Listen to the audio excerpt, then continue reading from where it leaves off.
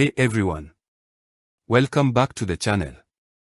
It's so good to see you all here again. I hope you're having an absolutely amazing day filled with peace, joy, and blessings. Whether you're joining us for the first time or you've been a part of this growing community for a while now, I want to give you a big warm welcome. We've been on such an incredible journey together through the Bible, exploring its rich stories, lessons, and wisdom. And today, we've got something really special lined up.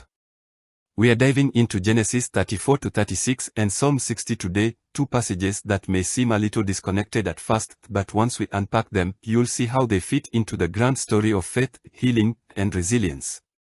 These chapters take us through some challenging moments in the life of Jacob and his family, while Psalm 60 is a cry for help and restoration from King David. Both have something powerful to teach us about trust, justice, and reconciliation, which are so relevant to our lives today. Grab your Bible, a notebook, and maybe a cup of tea or coffee because we are going to dig deep, learn some life-changing lessons, and figure out how we can apply these teachings to our daily lives in a way that brings more peace and purpose. Genesis 34 begins with a difficult story involving Dinah, the daughter of Jacob and Leah.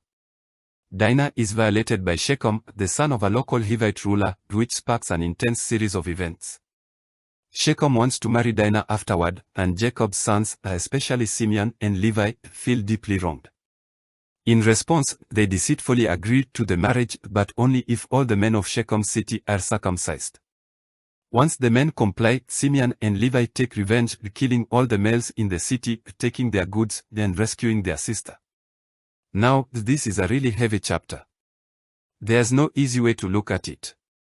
It deals with themes of violence, deception, and family honor, which makes it uncomfortable but also very real. One thing we can take from this is how deeply humans crave justice, but how often we go about it the wrong way. Simeon and Levi's response was fueled by anger and vengeance, but it brought about more destruction, even drawing criticism from Jacob, who feared for his family's safety afterward.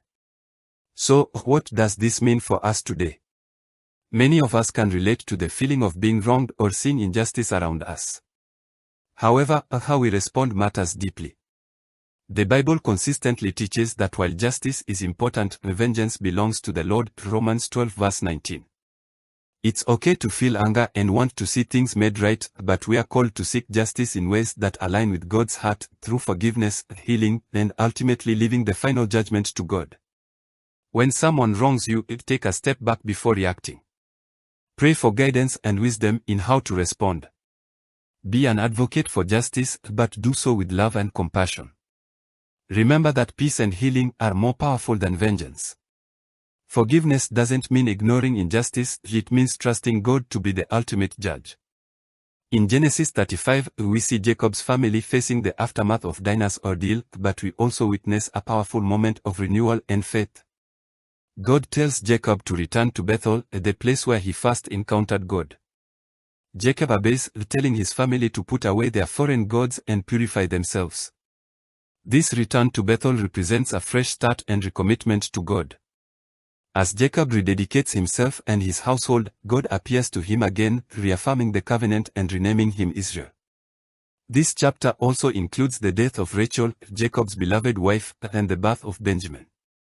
Amid the joy of new life, there is also sorrow, but Jacob continues to move forward in faith. Jacob's return to Bethel is a powerful reminder that we can always come back to God, no matter what we've been through. It's never too late to recommit ourselves, to put away anything that's come between us and God, and to seek a fresh start. God is always ready to meet us with open arms, ready to reaffirm His promises. Set aside time regularly to return to Bethel in your own life, a time of renewal, reflection, and recommitment to your faith. Identify any foreign gods or distractions that might be pulling your focus away from God and make an effort to remove them. Revisit places or moments where you felt closest to God. Use those experiences to fuel your faith today. Genesis 36 might seem like a long list of names at first glance. It records the descendants of Esau, Jacob's brother. While this might not seem exciting at first, this genealogy holds important meaning. It shows the fulfillment of God's promise to make Esau a great nation, even though Jacob was the chosen line of the covenant. This chapter reminds us that God is faithful to his promises to all people, not just the main characters in the story. It's also a reminder that while we may not understand all the details, every life and every story has value in God's eyes. Even though you might not be a main character in a big story, your life still matters. God sees you, and he has a plan for you, just as he did for Esau and his descendants. Your story is part of a bigger picture. Remember that God is faithful to his promises, even when you don't see immediate results. Value every season of life, even the seemingly mundane parts, because they are all part of God's greater plan. Treat others with the same dignity and respect, knowing that God has a plan for them too. Psalm 60 is a prayer of David during a time of national defeat and hardship. He cries out to God, acknowledging the struggles they are facing, but he doesn't lose hope. David asks God to restore and protect his people, trusting that victory ultimately comes from the Lord. This psalm teaches us about resilience in the face of adversity. It reminds us that even when things seem bleak, God is our ultimate source of strength, and we can trust him to bring restoration. Life is full of challenges, and sometimes it feels like we are losing the battle. Psalm 60 encourages us to turn to God in these moments, asking for his help and trusting that he will restore what's been lost. When you face difficulties, make prayer your first response, not your last resort. Trust that God is working even when you can't see the results immediately. Practice resilience by standing firm in your faith even during tough times. Remember that God is your ultimate victory. Wow, what a journey through these chapters. Genesis 34-36 and Psalm 60 show us that life is filled with challenges, moments of deep pain, and the need for justice, but they also remind us of God's constant presence, his faithfulness to his promises, and his power to restore us.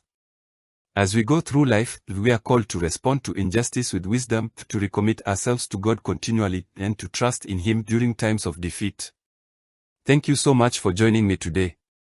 I hope you found these teachings encouraging and empowering. If you did, don't forget to like this video, subscribe to the channel, and share it with your friends and family. Let's continue growing together in faith, love, and wisdom.